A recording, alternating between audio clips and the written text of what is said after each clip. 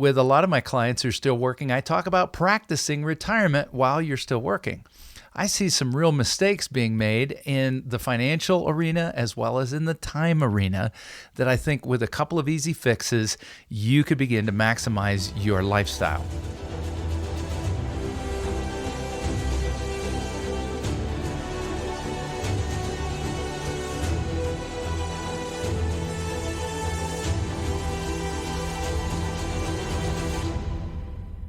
Hey folks, Colin Richards here. I'm president and founder of Lord & Richards, and I'm once again excited to be with you here on this exciting episode of Lord & Richards Radio.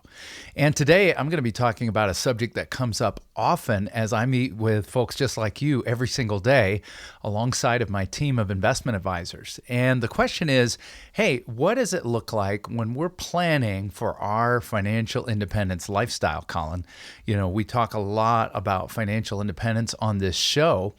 But really what it boils down to is how are we going to live once we achieve that financial independence? Most folks aren't looking to just amass money for the purpose of amassing money. That money serves a valuable purpose in their life. They want to pursue the things that they love with the people that they love, just like you.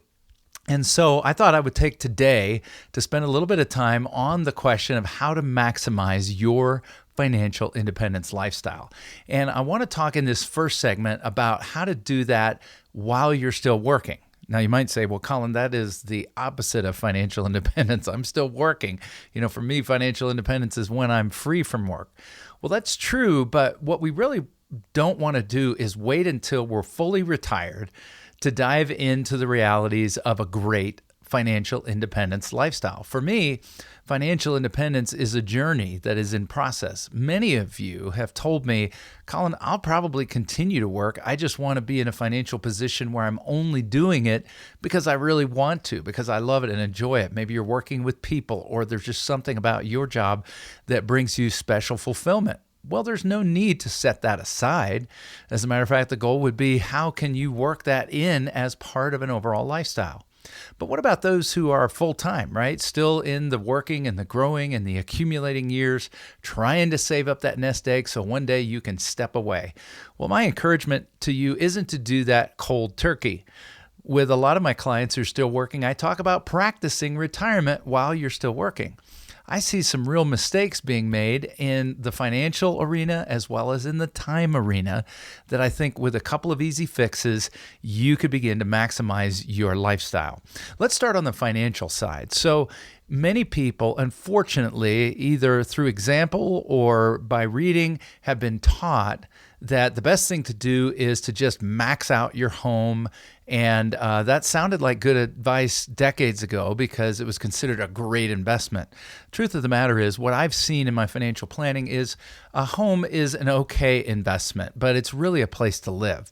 And the goal is just simply that, hey, I would like to be able to get back all the money I poured into my house, unlike renting where it just goes in and nothing comes back to me. One day, I'd like to be able to get that back in the form of either selling my home and pocketing that equity or passing that on to a loved one. So that's really about it for a home. As an investment, not such a great idea. Typically, homes that are designed for typical Americans are going to appreciate on average, even in nice markets, over your lifespan about the rate of inflation. So not a great investment. So don't overdo it. Get what you need and start building a plan to achieve financial independence even while you're working. By that, I mean that you have the freedom to do what you want with those that you love when you want to do it within the constraints of a working career. Here's your priorities. If you hold up your hand, you can take a look. I'm doing it right now on YouTube. If you haven't checked out our YouTube channel, please head over there and look for Lord & Richards on YouTube, or of course on all of the podcast channels. So the first thing that we want to do is giving. All right. You know that I teach giving as a vital, essential practice, no matter where you are in life.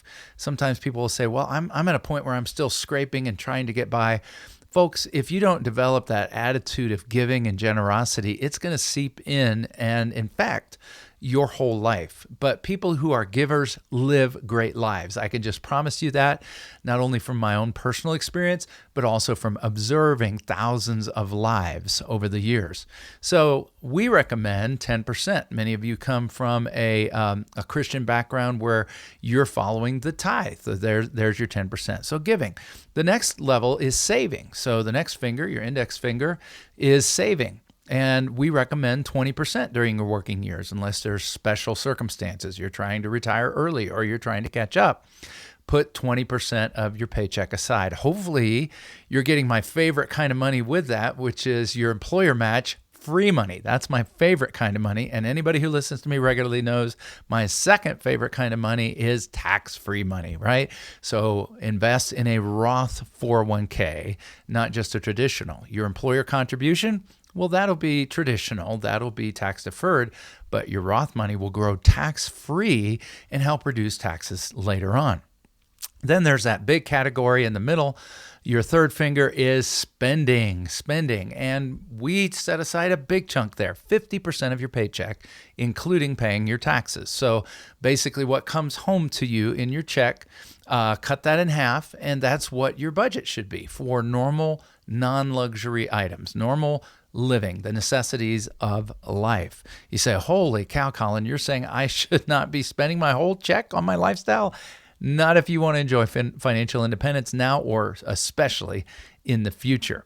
Then the next category is offerings, kind of that over and above generosity. As you are blessed, being able to give over and above to meet the needs of others. And I suggest 10%. So that's a 20% giving, 20% savings now we're up to, and then finally 10% into luxuries. That means 60% on you, your lifestyle, your luxuries.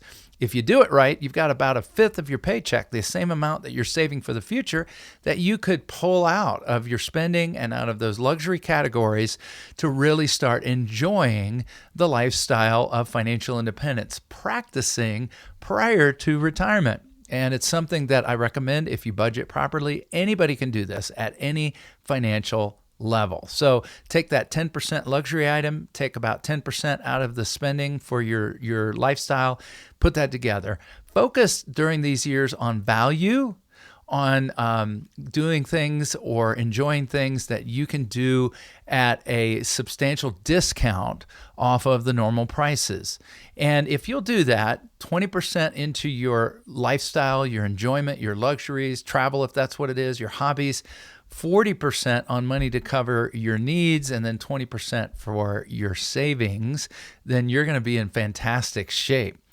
And then work smart around those time constraints. I see a lot of mistakes where people don't work around holidays. They say, well, I don't want to go when it's busy. Well, during your working years, if money is a constraint, you need to focus on going during the holiday times when you can compound your time off around holidays and weekends and really maximize that time freedom in addition to financial freedom. In our next episode, we're going to talk about our next segment. We're going to talk about how to maximize your financial independence lifestyle after retirement. And I can't wait to talk to you about that as well, because we're going to lose one of our constraints there and we're going to have quite a bit more time. So in the meantime, I would love for my team and I to get together with you and talk about how you can maximize your financial independence, or if you're already retired, your retirement lifestyle. We work with people just like you every single day who are curious, what are the things that I need to be concerned about that could mess up my retirement? The good news is, after thousands and thousands of conversations, we can help you. We've done this before. We come alongside of you and help you develop a plan for financial independence. It just starts with a simple phone call.